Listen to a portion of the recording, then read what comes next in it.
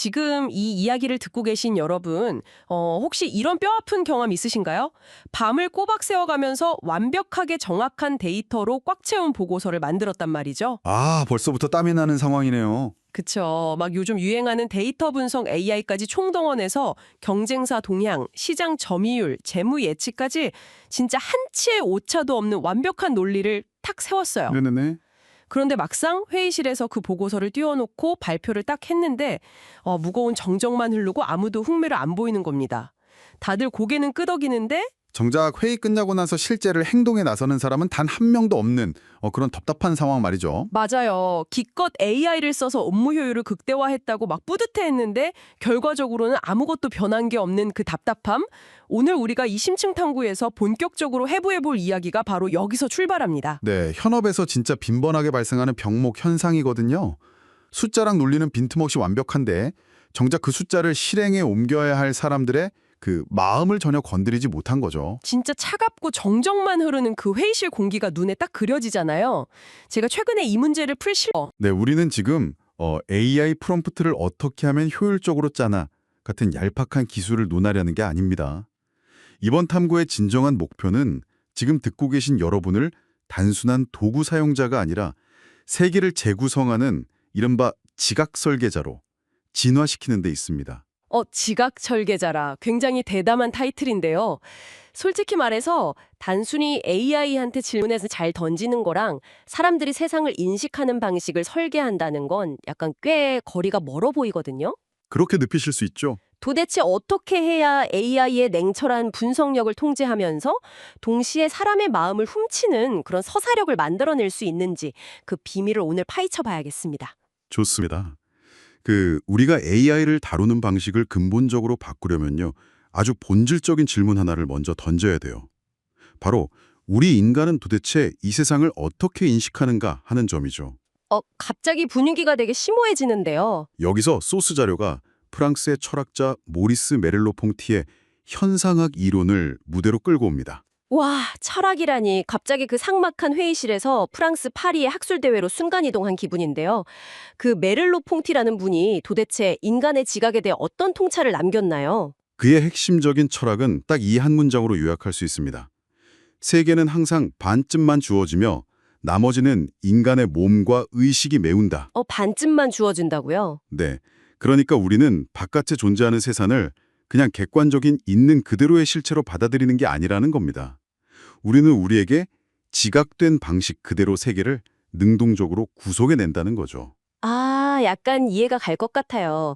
그 책 읽을 때랑 영화 볼 때 차이를 생각해 보면 명확하겠네요. 어떤 차일까요? 왜 소설책을 읽을 때는 작가가 주인공 얼굴이나 배경을 100%다 묘사해주지 않잖아요. 시각 정보가 막 결핍되어 있으니까 독자의 누레가 상상력을 막 동원해서 그 빈 공간을 채워 넣기 시작하죠. 그렇죠, 그렇죠. 그러다 보니까 감정적으로 훨씬 깊게 이입하게 되고요. 반면에 모든 게 눈앞에 딱 펼쳐대는 영화를 볼 때는 이미 시각 정보가 꽉 차 있으니까 오히려 거리를 두고 저 CG가 좀 어색하네? 저 배우 연기 좋네 하면서 대상을 차갑게 분석하게 되잖아요. 아주 탁월한 접근입니다. 메를로 퐁티가 말한 세계의 빈 공간을 인간이 메운다는 메커니즘이 딱 그거거든요. 다행이네요. 소스 자료에서는 이 지각의 조건을 두 가지 메타포로 명확하게 나눠서 설명해요. 첫 번째가 방금 말씀하신 영화를 볼 때처럼 모든 것이 샅샅이 드러나는 햇볕의 인식입니다. 햇볕이요. 밝은 대낮 같은 거군요. 네, 가시성이 매우 높고 대상의 윤곽이 아주 명료한 상태죠. 이 조명 아래에서는 대상이 하나하나 분해되고 나와 대상 사이에 거리가 생기면서 모든 것이 기록 가능한 객체로 환원됩니다. 아, 모든 게 샅샅이 드러나는 수술실 조명이나 아니면 진짜 빈틈없이 꽉 채워진 엑셀 스프레드시트 같은 상태군요. 소스에서는 이 상태를 역사라고 부르더라고요. 맞습니다. 근데 여기서 주의할 점은요. 여기서 말하는 역사가 무슨 과거에 일어난 팩트 그 자체를 뜻하는 게 아니에요. 그럼요. 우리가 대상을 완전히 객관화해서 아주 밝게 본 세계를 의미하죠. 이때 인간의 몸은 외부 세계를 차갑게 분석하는 기능을 수행합니다. 그렇다면 두 번째 메타포인 달빛, 그러니까 밤의 인식은 텍스트만 있는 소설책과 같겠네요. 정확합니다. 가시성이 낮고 사물의 경계가 흐릿해지지만 오히려 그 결핍된 정보를 인간이 스스로의 상상력과 정서로 맹렬하게 보충하는 상태, 이거 맞죠? 네, 맞아요. 대상이 명료하게 드러나지 않기 때문에 인간의 감각과 정서는 오히려 막 과잉 상태가 되거든요. 자료에서는 이것을 신화라고 정의합니다. 신화요? 약간 그리스 로마 신화 할 때 그런 신화요? 비슷하지만 조금 다릅니다. 이 신화 역시 단순히 꾸며낸 허무맹랑한 거짓말이 아니에요. 지각의 불안정성이 인간의 상상력을 강제로 호출해서 만들어낸 깊게 느낀 세계입니다. 아, 깊게 느낀 세계. 네. 이 상태에서 인간의 몸은 외부를 막 분석하는 대신에 내부의 감각을 엄청나게 증폭시키는 역할을 하죠. 그런데요. 자, 여기서 제가 약간 현실적인 반론을 하나 제기해 보겠습니다. 네, 좋습니다. 철학적인 의미는 알겠어요. 근데 다시 비즈니스 현장으로 돌아와 보죠. 신화, 즉 상상력으로 채워진 세계는 결국 사실이 아닌 허구잖아요. 그렇게 생각할 수 있죠. 우리가 회의실에서 임원진을 설득하거나 클라이언트한테 기획안을 팔아야 하는데 팩트가 아닌 가짜를 들이밀 수는 없지 않습니까? 실무에서 어떻게 가짜를 써요? 바로 거기서 많은 분들이 혼동을 겪습니다. 이 소스 자료가 제시하는 가장 흥미로운 통찰이 뭐냐면요. 역사와 신화를 사실 대 허구, 즉 진짜와 가짜의 대립으로 보지 않는다는 거예요. 그럼 진실이냐 거짓이냐의 문제가 아니라는 건가요? 네, 이건 완전히 지각 양식의 차이일 뿐이라는 겁니다. 지각 양식의 차이요? 그러니까 관점이 다를 뿐이라는 뜻인가요? 맞습니다. 세계라는 건 고정된 하나의 덩어리가 아니에요. 우리가 어떤 빛, 즉 어떤 지각 조건 아래에서 세계를 바라보느냐에 따라 의미가 전혀 다르게 생성된다는 뜻이죠. 아, 어떤 조명을 켜느냐. 네, 차가운 분석의 빛, 그러니까 햇볕을 비추면 그것은 역사가 되고 반대로 상상과 정서의 빛, 달빛을 비추면 신화가 되는 겁니다. 둘 다 우리가 구성한 현실의 엄연한 단면들이죠. 와, 팩트랑 픽션이 싸우는 게 아니라 내가 어떤 조명을 켰느냐의 문제군요. 이건 진짜 흥미롭네요. 근데 이 시점에서 아주 자연스러운 의문이 하나 딱 듭니다. 뭔가요? 이 심오한 20세기 프랑스 철학이 도대체 우리가 매일 모니터 앞에서 막 씨름하는 AI랑 무슨 상관이 있을까요? 철학과 최첨단 AI의 만남. 이거 약간 너무 갑작스러운 도약 아닙니까? 전혀 도약이 아닙니다. 왜냐하면 현재 우리가 매일 쓰는 AI는요. 본질적으로 완벽한 햇볕 생성기이기 때문이에요. 아, 햇볕 생성기. 네, AI는 모호함을 극도로 싫어하거든요. 막 방대한 데이터를 긁어 모아서 모호함을 파괴해버리고 모든 것을 아주 명료하고 객관적인 팩트로 쪼개서 보여주잖아요. 맞아요. 엄청 똑똑하게 다 분석해주죠. 그러니까 그냥 냅두면 계속 역사만 주구장창 만들어내는 거예요.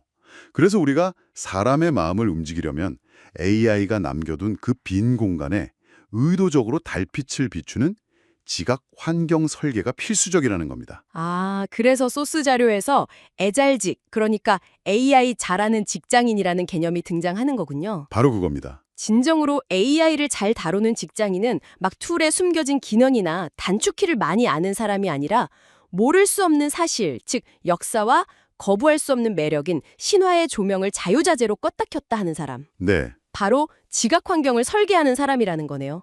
자료를 보니까 이 애잘직은 이중인식 엔진이라는 거를 활용한다고 나오더라고요. 맞습니다.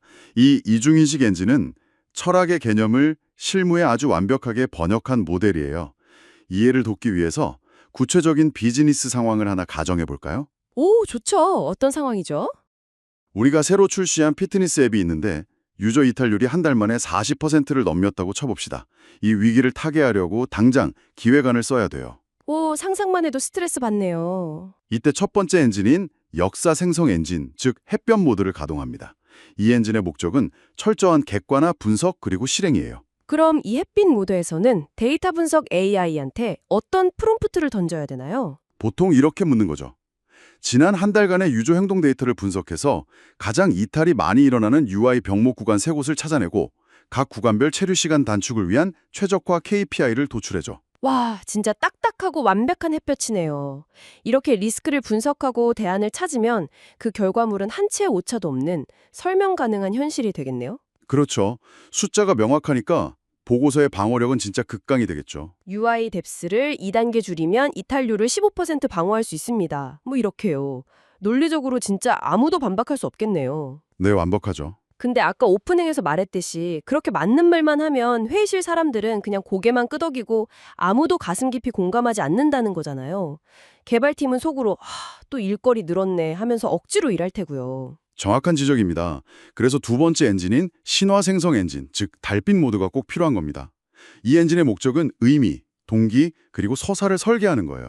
그럼 여기서는 AI한테 어떻게 물어봐야 되나요? 이번에는 스토리텔링이나 아이디어 확장에 특화된 생성형 AI한테 전혀 다른 프롬프트를 던지는 겁니다. 똑같은 이탈률 40%라는 문제를 두고 이번엔 달빛의 조명을 비추는 거군요. 맞습니다. 이렇게 묻는 거죠. 사람들은 왜 매년 헬스장을 끊고 한 달 만에 포기할까? 운동을 그만둘 때 유저가 느끼는 무력감과 죄책감의 심리적 사이클을 분석하고 죄책감이요? 우리 앱이 그 죄책감을 작은 성취감으로 바꿔주는 동반자가 되려면 어떤 상징적 메시지를 던져야 할지 이야기로 구성해줘. 이렇게요. 와, 대박. 똑같은 앱 이탈 문제인데 접근이 완전히 달라졌네요. 이렇게 얻어낸 결과물은 단순한 현상 설명을 넘어서 사람들의 내적 동기를 막 자극하는 사람을 움직이는 현실이 되겠군요. 네, 소스 자료는 이 전체 과정을 지각 설계 3층 모델로 정리합니다. 레이어 1은 이 문제를 햇볕으로 볼지 달빛으로 볼지 결정하는 지각 설계 단계고요. 네네. 레이어 2는 그 결정에 따라 방금처럼 각각 다른 특성을 가진 AI 에이전트를 배치하는 단계입니다. 그리고 가장 중요한 마지막 레이어 3, 바로 통합이죠. 통합. 근데 잠깐만요. 여기서 제가 현실적인 장애물을 하나 딱 짚고 넘어가겠습니다. 네, 말씀하시죠. 내가 아무리 두 가지 질문을 던졌다고 쳐도 보통 우리 인간의 뇌는 한쪽으로 좀 치우쳐 있잖아요. 극도로 이성적인 데이터 사이언티스트이거나 아니면 완전 감성적인 카피라이터이거나. 그렇죠. 보통 한쪽에 강점이 있죠. 근데 한 사람이 이 두 가지 극단적인 결과물을 막 동시에 완벽하게 다룬다는 게 현실적으로 가능합니까? 소스가 말하는 핵심이 바로 그겁니다.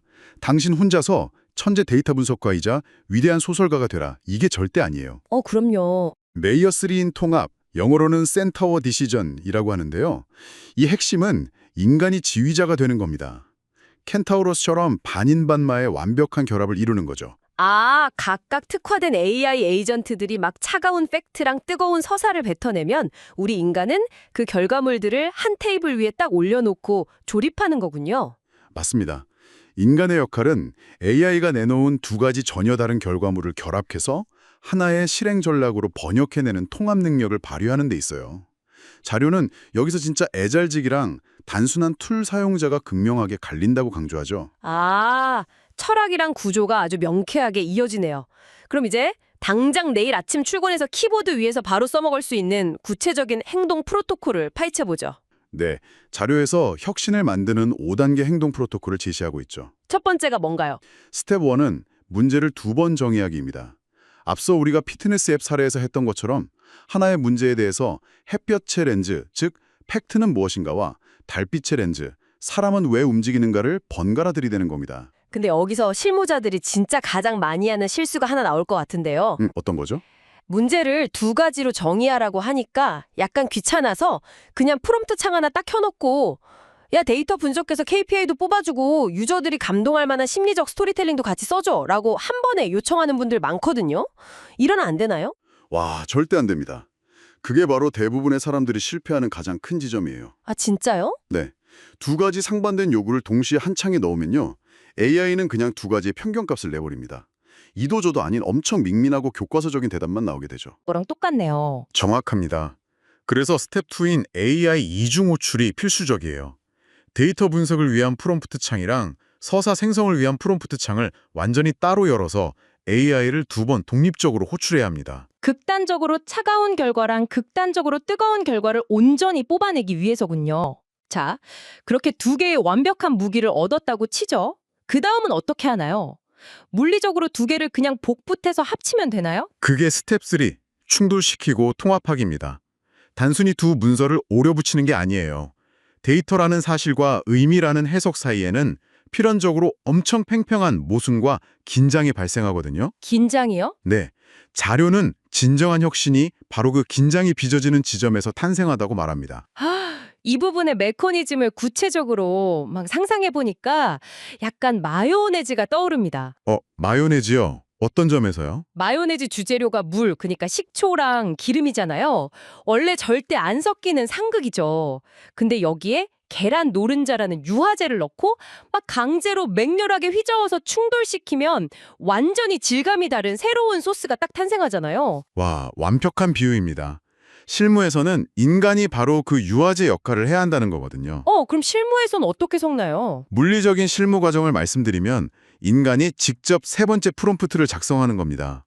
뭐라고요? AI야, 네가 아까 분석한 이탈률 방어를 위한 UI 뎁스 단축 플랜 있잖아.